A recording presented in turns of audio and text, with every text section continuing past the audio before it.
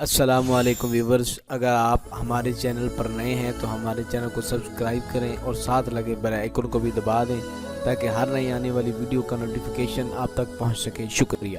روحانی حوالے سے کوئی نسخہ بھی ہمارے، کوئی وظیفہ جو آپ کا آزمودہ ہو زندگی کے مختلف مراحل میں، کہ کون سی زندگی چیز؟ کے مختلف مراحل میں وظیفے دو قسم کے ہیں۔ صحیح ایک ہوتے ہیں اپنے غرض اور مقصد کے لیے کوئی وظیفہ کرنا، صحیح پیسہ آ جائے، صحت آ جائے، گھر ہاں، میں برکت ہو جائے، صحیح یہ عوام الناس کا کام ہوتا ہے۔ ٹھیک ہے۔ یہ اخلاص کے منافی ہے۔ ہاں، داتا صاحب فرماتے ہیں واہ کہ واہ واہ واہ، جو کسی غرض کا وظیفہ کرتا ہے وہ اپنی غرض کی عبادت کرتا ہے۔ اپنی غرض کی پوجا کرتا ہے۔ اس سے دنیا کے اچھا، اندر اچھا۔ زیادہ فسادات پھیلتے ہیں۔ ہاں ہاں ہاں ہاں، ان کا رخ اوپر کو ہو جائے تو آسمانی آفتیں آتی ہیں، نیچے کو ہو جائے تو زمینی آفتیں آتی ہیں۔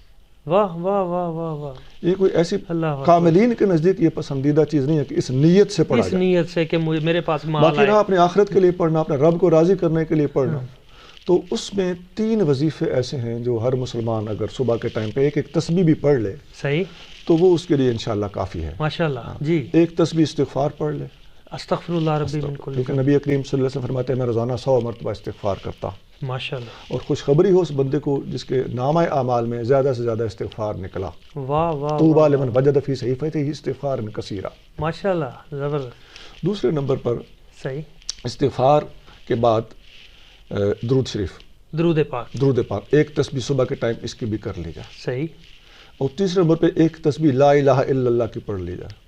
کلمہ طیبہ، کلمات افضل الذکر لا الہ الا اللہ، جس بات میں آتا ہے سب سے افضل ذکر جو ہے بہت وہ اچھی، لا الہ الا اللہ کا ذکر۔ بہت میں اچھی، وہ پراپر پڑھ دیتا ہوں، افضل الذکر لا الہ الا اللہ۔